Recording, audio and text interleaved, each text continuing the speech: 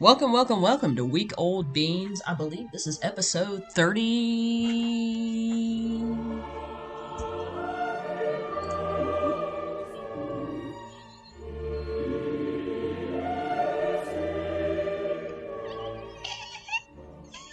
32. It's episode 30. Oh, fuck. It's episode 32.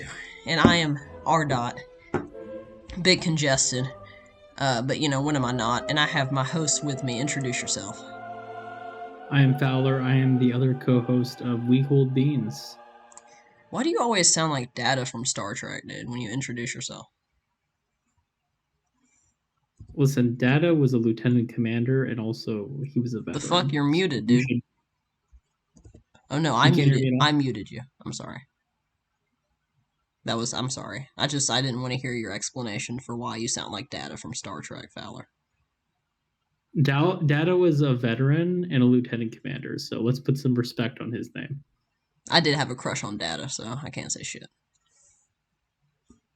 I found him oddly alluring and somewhat autist, which I appreciated. As a fellow autist myself.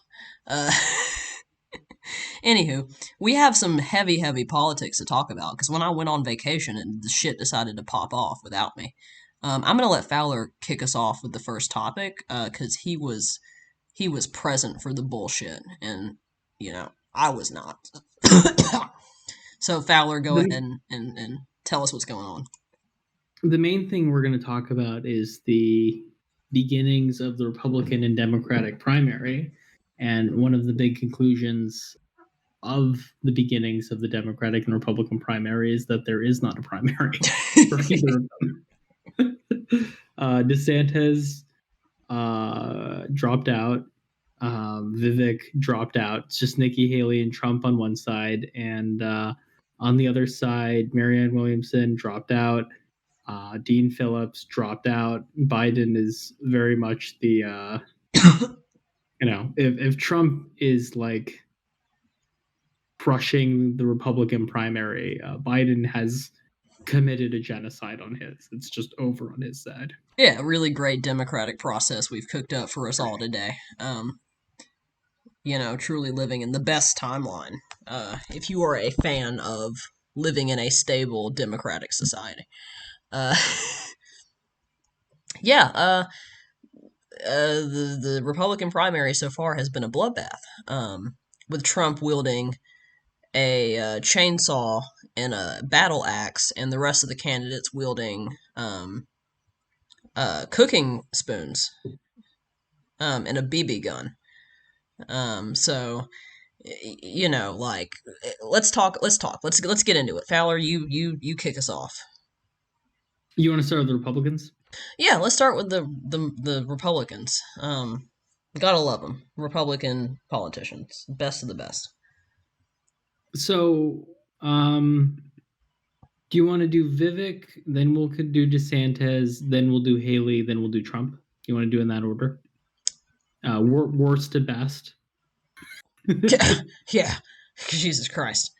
I guess we can talk about Vivek Ramaswamy, the biotech millionaire who kind of came out of nowhere, famous for writing a book about wokeness, where he talks about how when he was in college, he was very upset that he was not a 6'6" black dude, and instead a nerdy Indian guy. We can all relate to the struggles of a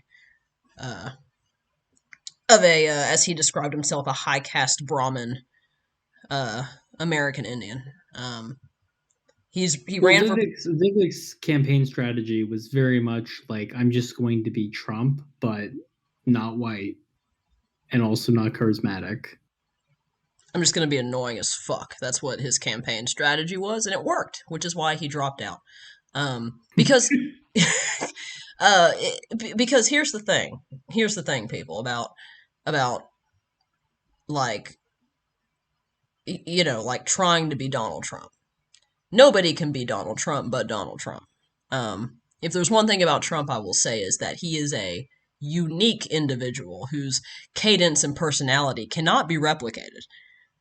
Which tells you he's genuinely fucking crazy, but genuine, and I appreciate that. I appreciate a man who can just be wrong confidently. for all of Vivek Ramaswamy's, and I hate it because I don't think you can talk about Vivek without talking about race, and I really hate bringing race into conversations when it's not relevant. But I genuinely feel like with him, it is the prime because Vivek had a lot going from him. He's from a well-off family. I guess he started a biotech company that was worth, I think, millions and millions of dollars. I mean, he's not a poor Hundreds of man, millions, I think. hundreds of millions. Um, Yeah. he was a sort of younger Donald Trump. Instead of doing real estate, he did biotech, a 21st century invention. So I mean, his life story definitely modeled that of Trump, but he was never able to. And he seems like a charismatic guy. He seems like a guy who, when he talks, is confident in what he's saying, even if it is unintelligible. He talks a lot about truth. That was his big thing. I'm here to tell the truth, and then he would just say nonsense. Um, but he definitely is a businessman, which is what the Republican Party apparently really, really loves because their front runner is a businessman. The only problem with Vivek is his name is Vivek. uh, his name is Vivek Ramaswamy, not Donald Trump, not Gary Allen, not Steve Siglease or what. I don't know. I'm just coming up with names. The problem was that his name is Vivek, and he's a Hindu, not a Christian. He didn't pull a Nikki Haley. He didn't change his name from Nimrata to Nikki. He's not white passing by any means. So he fell into the trap, and the trap is, and I think this was exemplified by an interview that was done by um after I believe it was the Iowa primary where Trump won. The newspaper interviewed a Trump supporter asking, what is it about Vivek that, made you not want to vote for him? And the Trump supporter very honestly said, it's because his name reminds me of 9/11. Uh, for those of you who don't know, Vivek is Indian. His parents were Indian immigrants to the United States. India is very different than the Middle East. It's two very different places. Uh, but you play with fire, you get burned. I guess. I mean, you know, it's not your crowd, and now you just look like an ass and a cocksucker. Which is how I view Vivek. I mean, if I could say anything about his campaign, I'd say that it was the most pathetic shit I've ever seen in my life, and I would be embarrassed to bootlick um, the way that he did. I mean, Turns out it is not a good political strategy if you're running against your opponent to never criticize your opponent and try and emulate them while being less successful, less accomplished, and less known by the voters. That is, in fact, not an ideal strategy.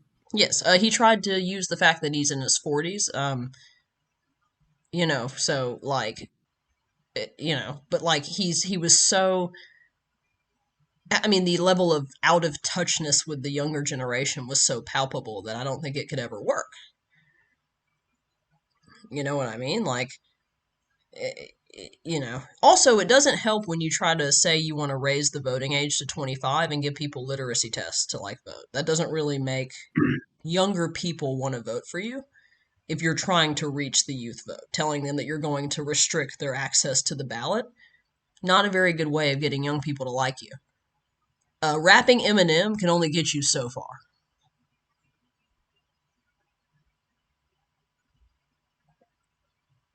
Yeah, I guess I have less to say about Vivek. You were the one who followed him more closely. Yeah, I I don't had a think I hate. ever took him very I seriously. had a hate boner for Vivek. I found him to be his campaign to be just so fascinating, and just so like, you know, I don't know. It was yeah. Um, I knew it was always going to crash and burn, but um, he's now vying for Trump's VP position and vying for a spot on Trump's cabinet.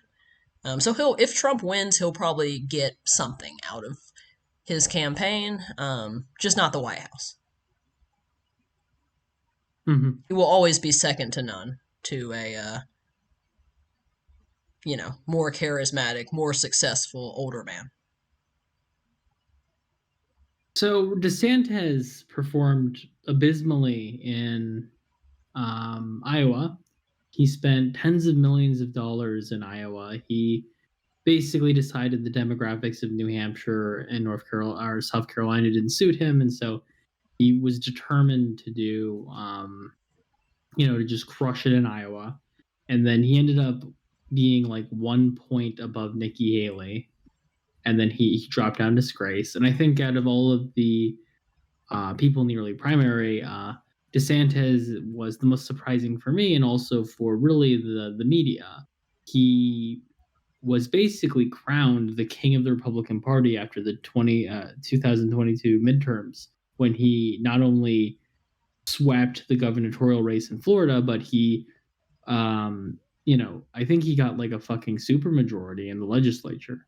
And he was framed very much as like the younger, more governmentally competent, less optically insane Trump.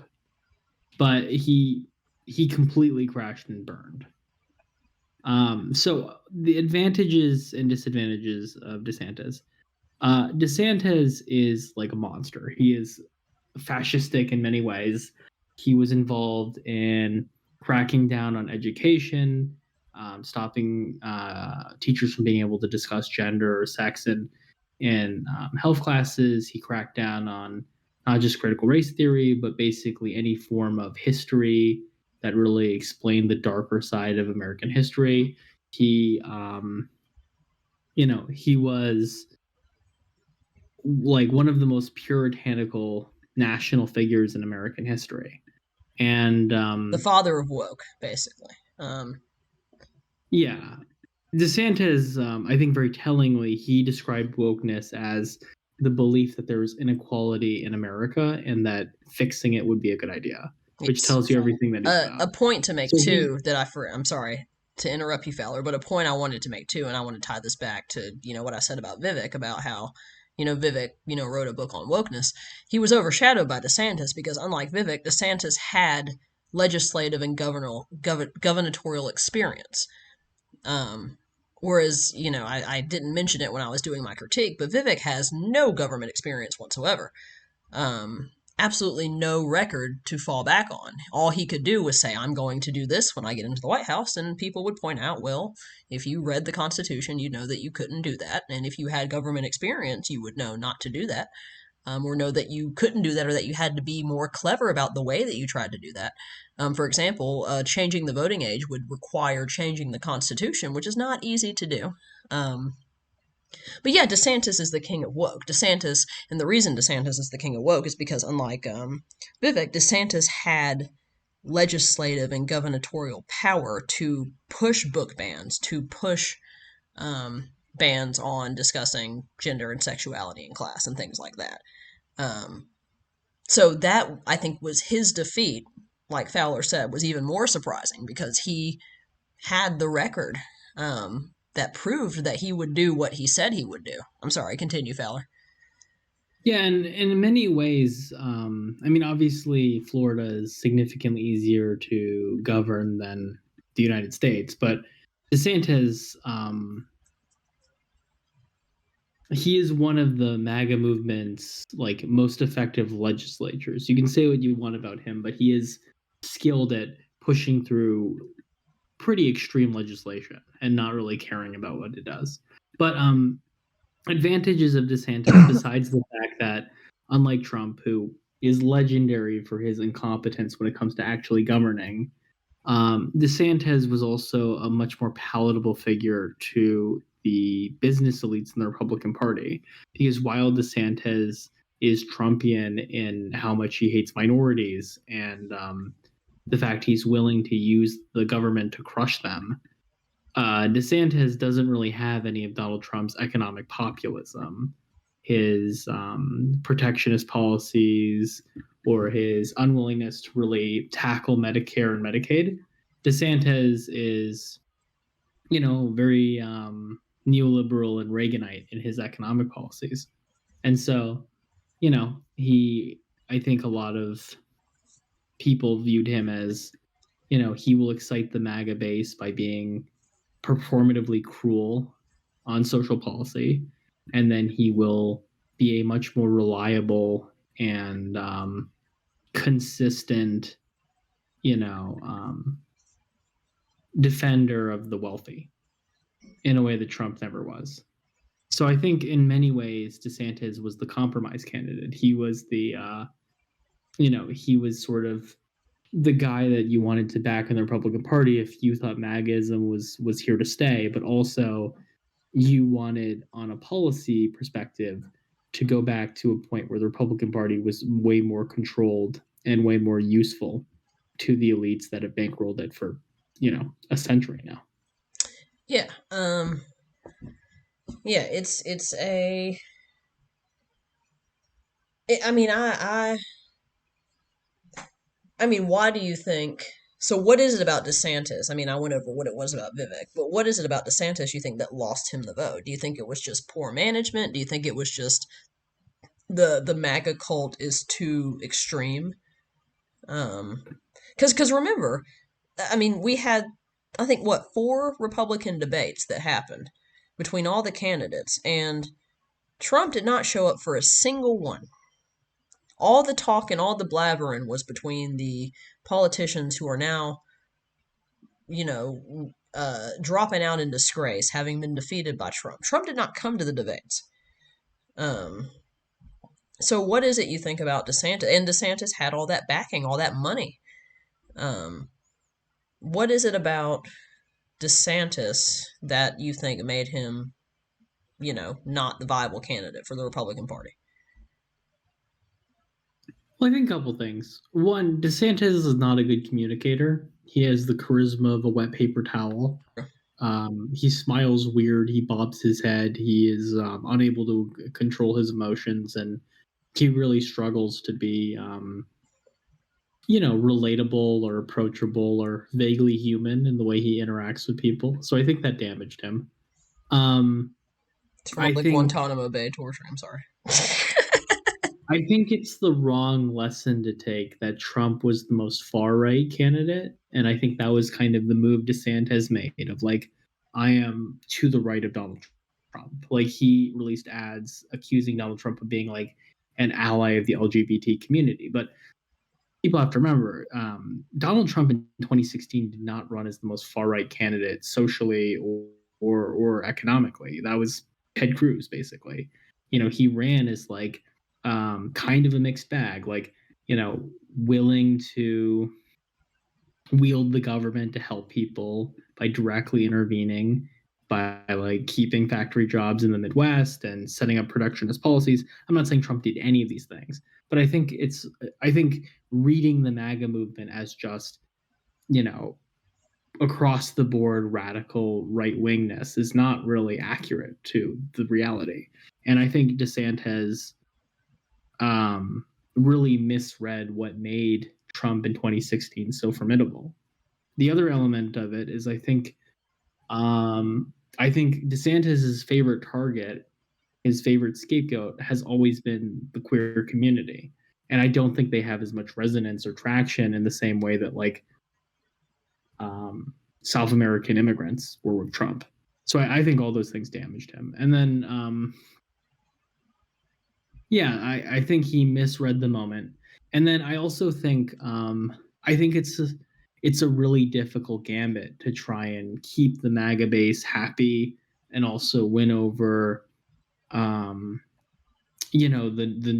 so-called moderate normal Republicans. I think that's a really difficult tightrope to walk, and I think he did an exceptionally poor job of that. So I think on paper DeSantis, his strategy was like, I think the most intelligent, but I think he made a couple of massive strategic misunderstandings, and his execution really could have been better in pretty much every way. Yeah, it's What do you think? it's Or not? I mean, the issue with the cult of personality is that it's a cult of personality. Like I mean, Vivek learned this lesson. DeSantis learned this lesson. The only person who's not learned this lesson is Nikki Haley, and she is the front runner if you were to knock Trump out, and it's because Nikki Haley is not trying to um, run as the sort of Donald Trump 2.0. And there's a reason why she's doing, I mean, compared to Trump, she's not doing well, but there's a reason why she's still in the race and they're not. And it's because I think she correctly read, like you said, Fowler, like, it's a cult of personality. Like, if Trump is still breathing, they're voting for Trump. And that's just the way it is. You can't replace him. You can't be a better version of him. He has his voting base hook, line, and sinker, and is going to have them until he stops breathing. So you have to find a way to court the people that, are not part of the cult. And that's the moderate Republicans, that's the independents, that's the libertarians, that's the Democrats who are jaded with Biden, that's the undecided youth vote. And I think that's very strategically what Nikki Haley has been trying to do with her campaign, and it's why the other two leading candidates failed. Mm-hmm. I do think you can replace a cult of personality figure. Like, I think you can see this in South America with certain demagogic forces who've been able to hand the baton to the next guy, but it is definitely incredibly difficult to do, and you really need to be the right person for that. You can't just be a competent legislator.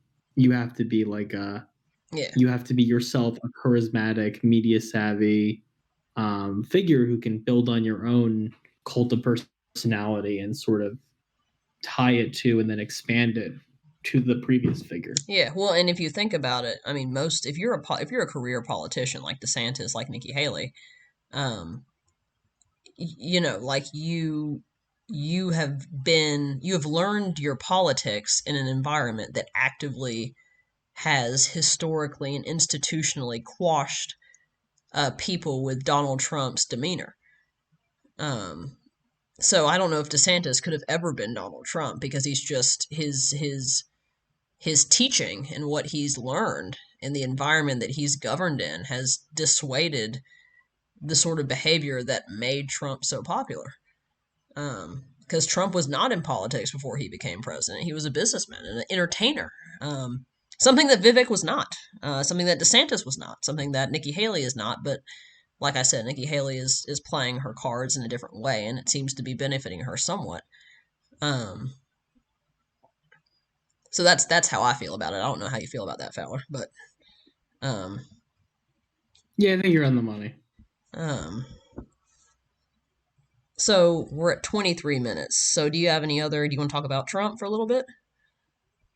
Let's do Haley, and then we can do Trump. Okay, we can do a full hour if you want to, since we're kind of coming back to a hectic environment. So let's talk about Nikki Haley. So Nikki Haley, she was the governor of South Carolina, and she had some relatively progressive things she did. She was instrumental in pulling down Confederate statues. Nikki Haley also was UN ambassador for Trump. So Nikki Haley, her early history was being a kind of moderate Republican on a lot of issues, but kind of during the Trump years, she hardened. Unlike, I think, DeSantis, who I think is a genuine fascistic monster, Nikki Haley is a careerist and opportunist, and she is, as fake as the stereotype of a politician is. Nikki Haley doesn't really believe in anything, and she does whatever she needs to in order to seize power for herself. But I think Nikki Haley demonstrated a level of competence that really DeSantis was not able to do. Nikki Haley did not try and present herself as, to the right of Trump. She kind of presented herself in many ways as like the conventional Reaganite Republicanism that really was the thing before Trump and dominated. Some awful shit. Nikki Haley said she would cut Medicare, Medicaid, and fuck over the poor. Nikki Haley said that, the Civil War wasn't about slavery. So, not always positive, but she was in many ways a return to form of the old days. And Nikki Haley, besides Chris Christie, who flamed out, and we won't mention because he did so poorly, Nikki Haley would challenge Trump very actively. She wouldn't challenge him necessarily on policy, but she would accuse him of being chaotic and of like basically not being there mentally anymore. And she kind of had a surge, like as DeSantis just exploded. She kind of rose steadily. She did way better in Iowa than people were expecting. And then in New Hampshire, she did excellent. She got like, I think it was like 40% of the vote. So, and something we should mention that we haven't is she got 40% of the vote in New Hampshire, even though DeSantis and Vivek, when they dropped out, endorsed Trump instead of her. So, you know, the fact she rose in the polls and was able to consolidate was, I think, very surprising. Yeah, it's she kind of is. I mean, it's like help me Obi-Wan, you're my only hope. She is kind of the only hope that the Republican Party has. So with Vivek out and DeSantis out, it's going to be interesting to see how the business Republicans, who they consolidate around. Um, and it's Well, going they've to, already consolidated around Haley. Haley is the big money donor. Now that DeSantis is gone, it was DeSantis, and then as DeSantis fucked up in more and more high-profile ways, a lot of them jump ship to Haley. Haley is backed by the Koch brothers. Haley is backed by all the donors. Like it is, Haley is what the Republican elite are putting all of their money on. yeah. Um, and fuck it. You know what I mean? She is kind of the nuclear, not the nuclear option, but she is as close to sort of the hypothetical nuclear option that the Republican Party has right now, considering the state their front runner is in. All right, so I don't really have a lot to say about Haley. I mean, I don't, I'll say one more thing. I think it was, I was very happy about Haley. I think, I would like the Republican Party to return from fascism to just being rich pieces of shit. And I think it's really important that the non-MAGA people in the Republican Party keep fighting. It does not matter, I think, whether they get like 1%. They need to put their candidates in the race. They need to show that they're there. They need to keep representing because otherwise everything will collapse. And I was optimistic that Haley, like, people forget that like in 2016, like Trump destroyed the Republican primary. And for the 4 years he was president, I mean, he was the god. He terrified all the Republicans into submission. Like they stayed up at night being afraid of his tweets.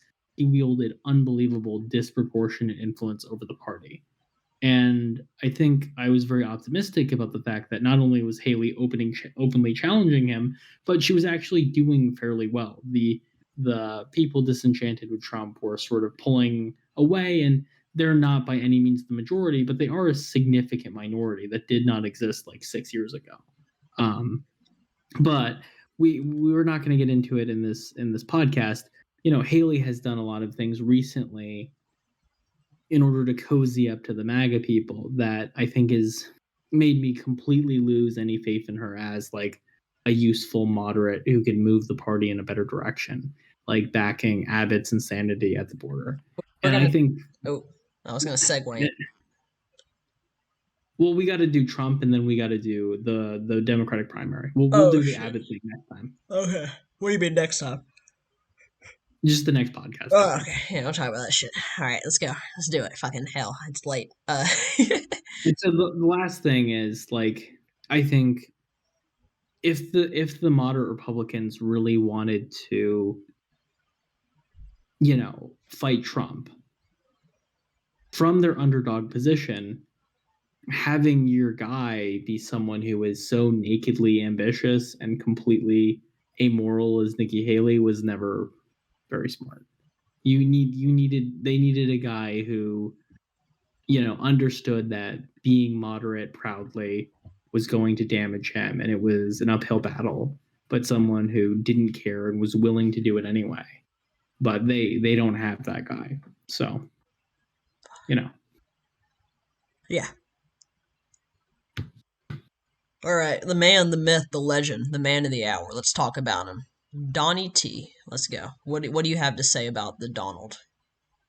Polling seems to indicate Donald Trump has about 65% of the Republican voter base. They're strongly in the MAGA cult. The other 35% seem to despise him, but you know, Just gotta keep chipping that's what away. happens. Dude with the Trump pickaxe, just fucking hammering. Trump is, as he has always been, he's highly polarizing. Those who love him, his MAGA base, the 65%, they worship him. They will pick him over the party. They will do anything for him. Uh, the problem is that everyone else is actively conspiring to destroy him. He is doing terribly among independents. He's doing terribly among the Democrats, obviously. So Trump has a very difficult position. He needs to maintain that fervent loyalty of the remaining Republicans he has left, who are a majority, but they're a small majority comparatively, because he cannot afford to lose any of them. Because he is not making new friends. He needs to keep the ones he has, or he is just colossally fucked. Yeah, I mean, his only hope is that Biden is too fucking incompetent and stupid, to that he gives him an easy win. Like it's really Trump's only hope is that Biden pisses off enough people that he manages to chip away and get more votes. It's The other really problem, I think, um, Trump's oh, victory sorry. will be. I was gonna say Trump's victory will be determined by Joe Biden. Like that is kind of the position we're in right now. The other two things are the other. I would say there are three things working against Trump, that are time bombs. One is the 91 indictments. It's a lot of I indictments. think, yeah, if Trump goes to jail, if Trump is convicted, I mean, we'll have to see. Maybe the 65% will stay with him, but that could be the end. That could completely devastate him. The other thing that I think could really damage him is, um, Trump has really ramped up the overt authoritarianism. It existed if you were paying attention in 2016, but mainly it was racism and economic populism that gave him 2016. In 2020, when the looting starts, the shooting starts, like the Jan 6 stuff. But I think a lot of that authoritarianism was hidden under this idea of law and order, that because of the BLM riots and because of the pandemic, he needed to, be the strong man in order to control things. But now he is just nakedly authoritarian. He has made statements saying he would be a dictator on day one. He has made statements saying that he would weaponize the DOJ against his political opponents. He has made statements saying that the president can't do his job unless he has legal immunity from all crimes. So I think that could damage him, and he's going to keep saying more and more insane things.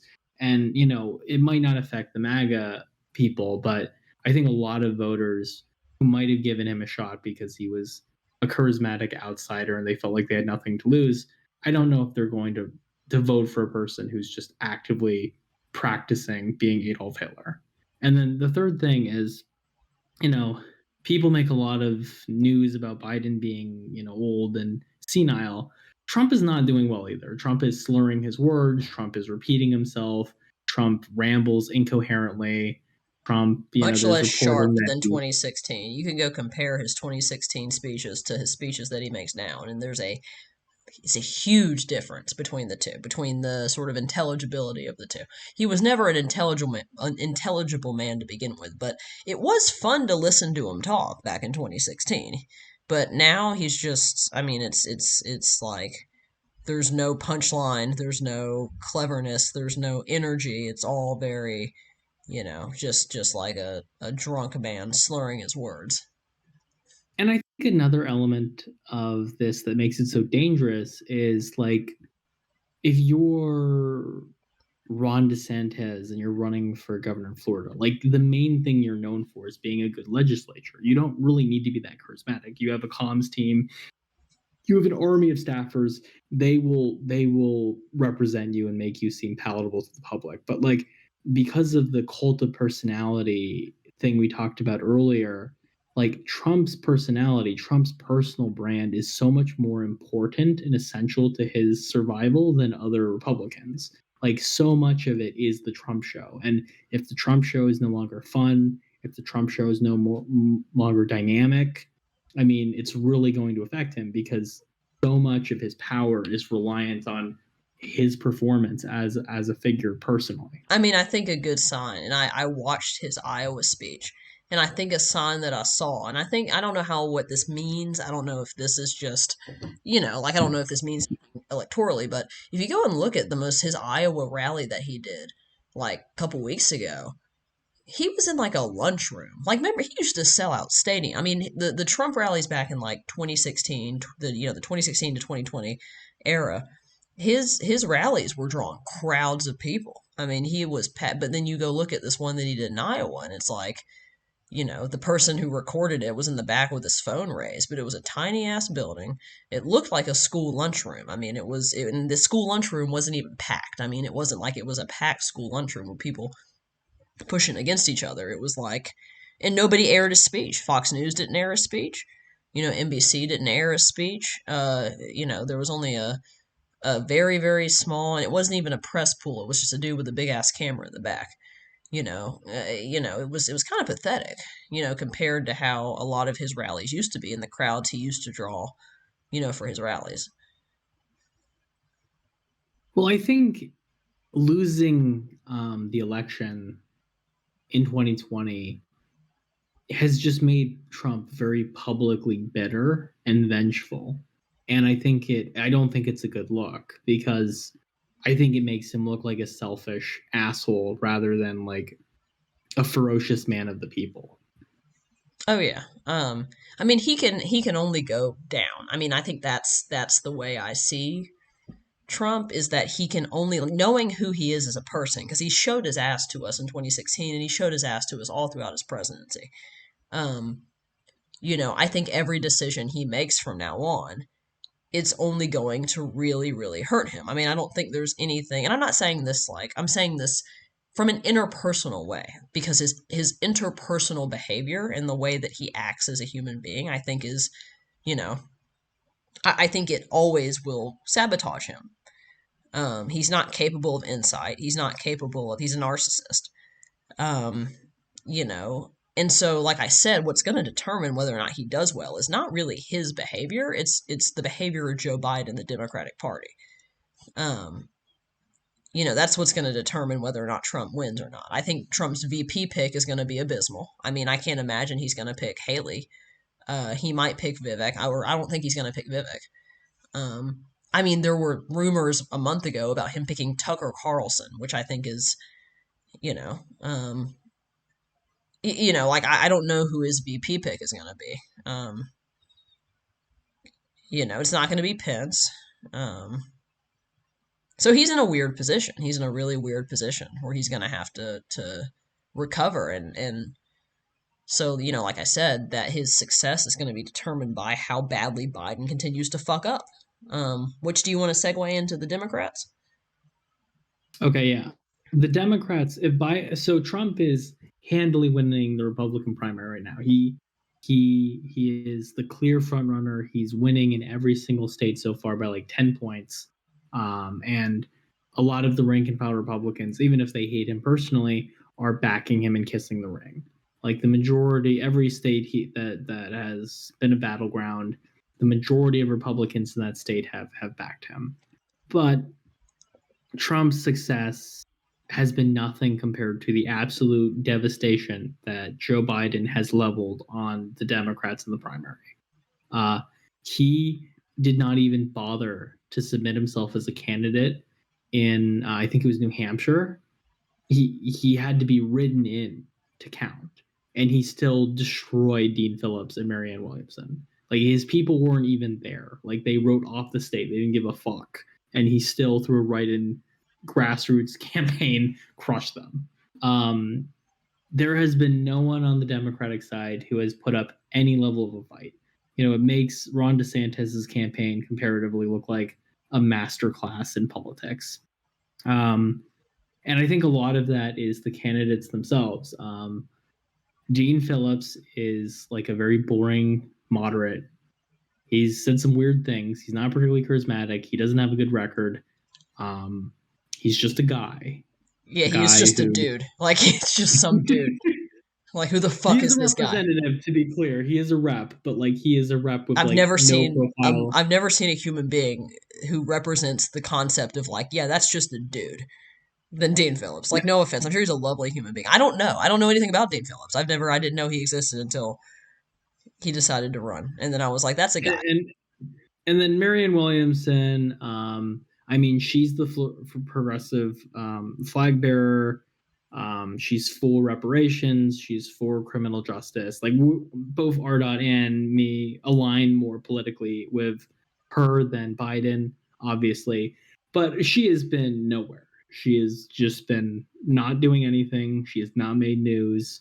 She is Which I will not say, setting which anything. I want to interrupt real quick and point out the fact that like we have to give some, I think, some not cut slack per se, but understand that like the media apparatus is pro Biden.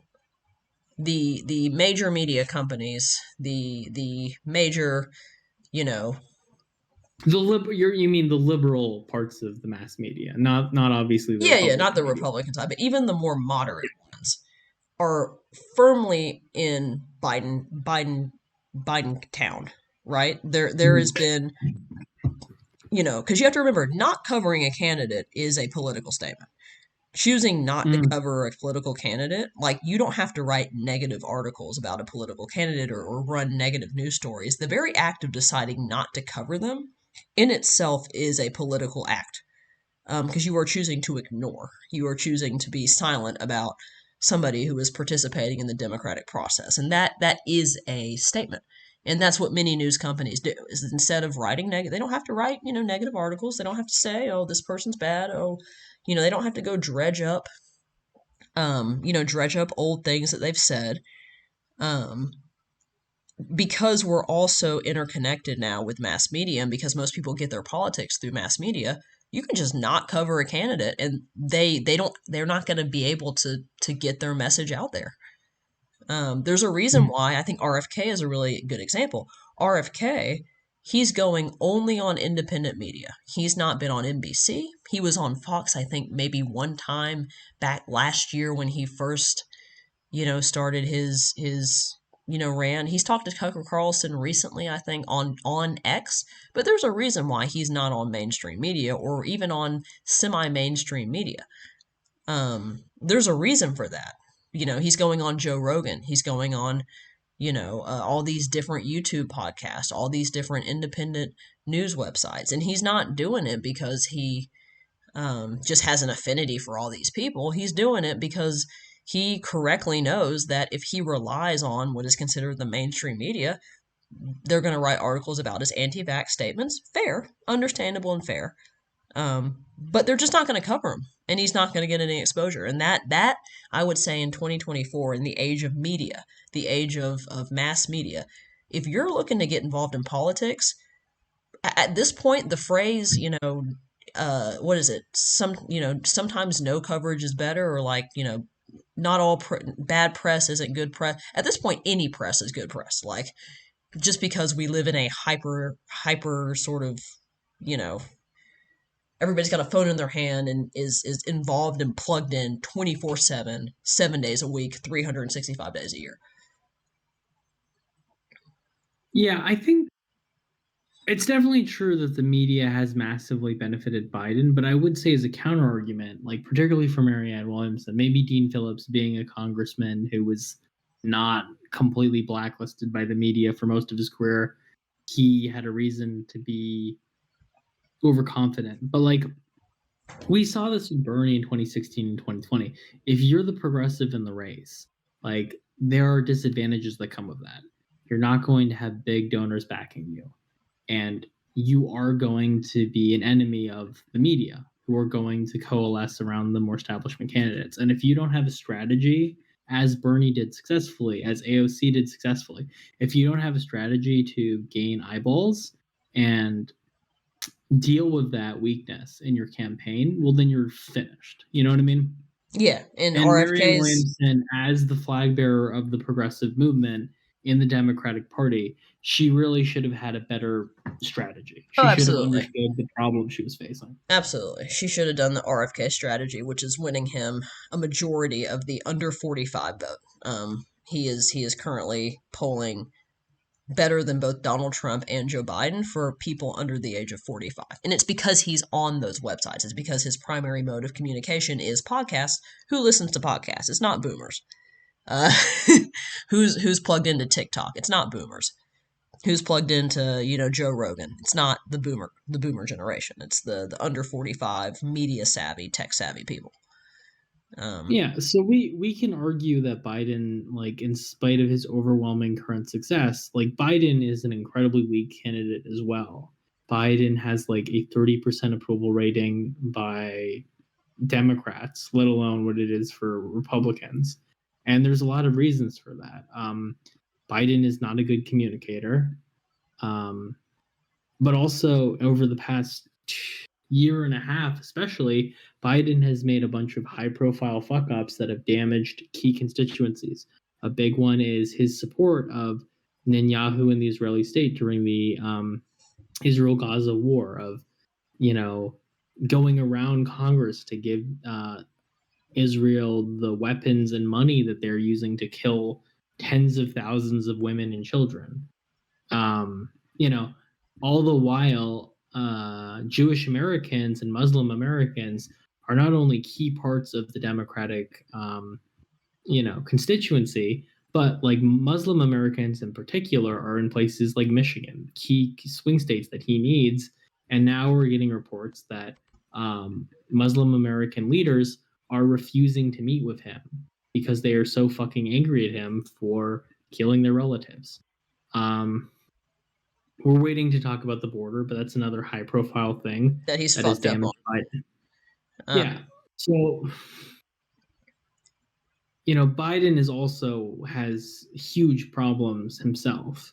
There are so many Democrats who are going to sit home and oh, he another needs thing, them Fowler, that I to want to radical. point out. Another thing I want to point out. All of the promises he made back in 2020, he's abandoned. No fight for minimum wage.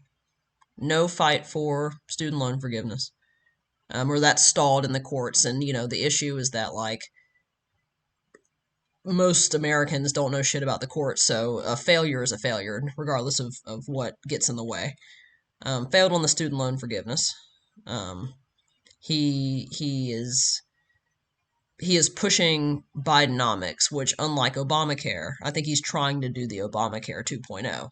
The issue with Bidenomics is that, like, a comprehensive healthcare reform bill is very straightforward and directly benefits people's lives, whereas economic change is something that happens across the board and doesn't always benefit, or not even benefit, but not everybody sees the benefit of the economic reform. A lot of the Bidenomic strategy was,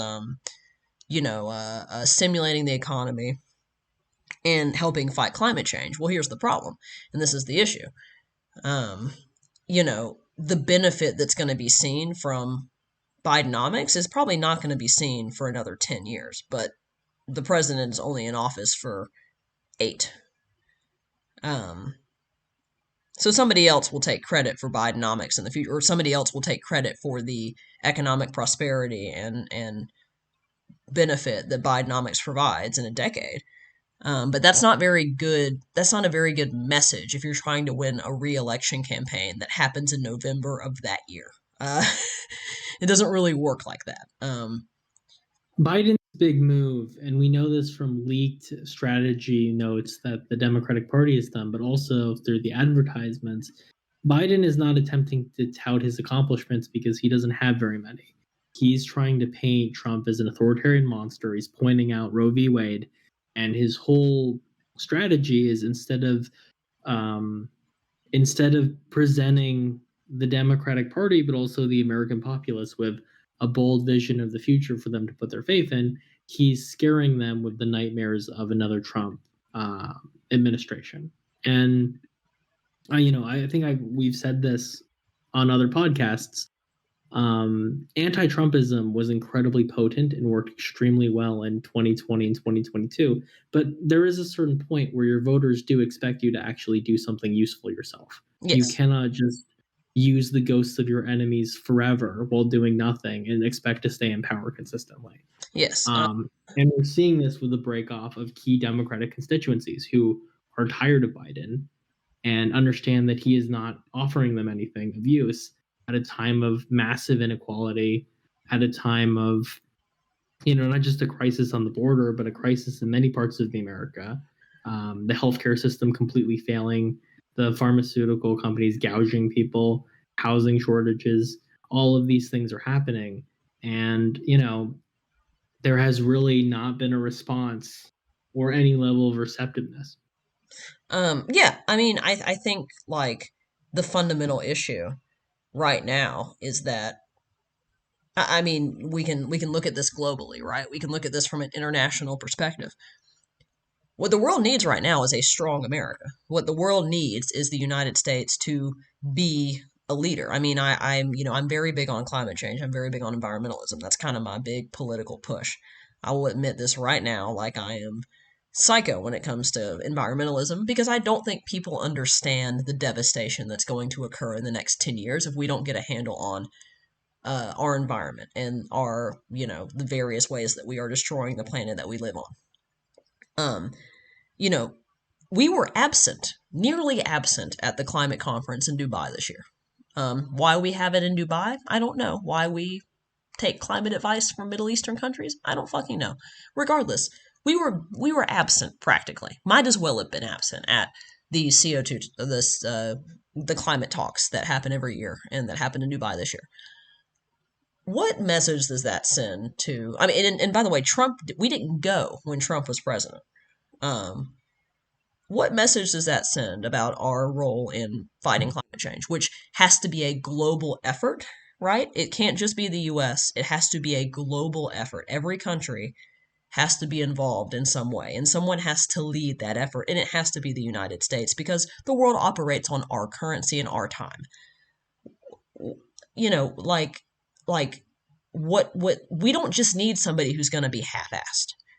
We don't need somebody who's just going to be there to scare you about Donald Trump, right? That's not, we're done with that. And when I say we, I just mean I think the American people. Like I think that's what the Democratic Party needs to understand. Is that like we're in dire shits right now. And it's not enough. You can point out that Trump is a fascist, but that's not enough. And it's not that Biden I don't think it's that he doesn't understand that. I think he's old. I think he's too old. I think he's too tired. And I think he doesn't have the energy. No offense. I understand that he has a stutter. I get that. I understand that he's not a good public speaker. But I really do think that we're living in an era of mass media. And if you're going to be a politician, I'm sorry, you have to be able to talk in front of a camera.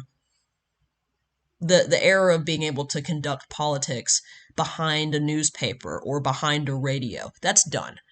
This is a digital age, which means that you're going to be photographed, you're going to be on camera, you're going to have to talk to reporters, you're going to have to talk and entertain a crowd of people entertain Americans who have never really given politics a second thought. I mean, we've like it's the amount of Americans that actually vote in elections is not very big, but you have to be able to entertain people. And for all of his faults, for all of his evil, that's something that Donald Trump did very well. And it's why he did so well. He knew how to put on a show. He knew how to sort of reveal the true nature of politics, which is a performance. Um, he understood that better than he understands that, I think, better than any politician we've had. Um, so he kind of was the moment. He understood the moment and he found himself positioned. I mean, remember, I think Donald Trump was politically active in 2014. He's run for president before and lost. But when he ran in 2016, he understood the moment and he understood sort of the way that media was shifting. Um, Biden doesn't get that. And I think it's because he's just his era is dead. The era that he learned politics in doesn't exist, and he's not adjusted. You know, he's Well, not adjusted. Biden was never like, if you look at 2020, Biden did not run a good campaign in 2020 either. He was never there. He No, he was wasn't. bottom tier for most of the last half of the race. It was only kind of near the end when Buttigieg and Kamala and Klobuchar endorsed him with the backing of Obama that he really was the front runner. And then even then, Biden was not himself campaigning. And he He didn't was just lose, he didn't win by a lot of votes. Remember that. He did not win by, it should have been a landslide. It should have been a massive fucking landslide, but it wasn't. And he's currently polling worse now than he was when he ran against Donald Trump. What does that tell you? I think this is unfortunate because some of the things that Biden did early in his presidency, I think, were really good. Backing the Ukrainians, backing um, Taiwan, passing the largest infrastructure bill in American history. The child A lot tax of credit? really Child the tax child tax credit? credit. Amazing. Yeah, he was doing a lot of good work at the beginning, but the problem is his failures have not been evenly distributed. They've all been over the past year and a half, which is a huge problem because that's the election year, And our attention you know? spans are very short. So, I mean, you could probably ask the average person, like, hey, do you remember the child tax credit? And they're going to be like, no, because our fucking attention spans are short and we don't remember shit politically because we are constantly inundated with information and our brains are, we have human brains and our human brains are not fucking adept at receiving 10 billion pixels of info every 7 seconds when we look at our phone. So our attention spans are very short. Remember East Palestine? Remember when Trump went to East Palestine and Biden didn't say shit? Like, he didn't say anything, like, at all. Like, at all. Like, he didn't even fucking be like, yeah, this is terrible. And then they just made no fucking changes to the regulations, like, at all. Like, whatsoever. And another problem is the Progressive Caucus has really also been floundering. At least in 2020, in 2016, they were together enough that they mainly backed Bernie and supported him over the establishment candidate. But I mean, Bernie and AOC and the rest of the squad endorsed Biden, like, I think before the first state was opened in the primary. And that helped Biden. That was a gift to Joe Biden. And the progressives have just not really had their shit together at all. I mean, this is true with the war as well. I mean, Bernie kind of played both sides about the war and refused to take a position for like months. Some of the Progressive Caucus, AOC and Cori Bush come to mind, Ilhan Omar and Rashida Tlaib were massively pro-Palestine, but you also have figures like Katie Porter or John Fetterman who have been vehemently pro-Israel to the point that they are against the ceasefire. And so, the progressives have not been unified in any way. They have been internally bickering. They've not been able to unify on any of the key issues that matter on the national level.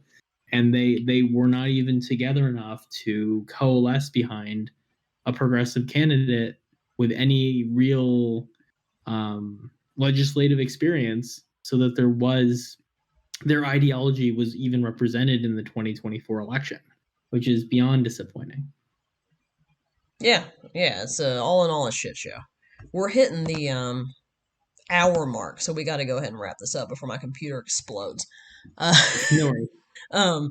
Yeah, it's kind of a dismal podcast, guys, but keep your head up. We got 11 more months to go. So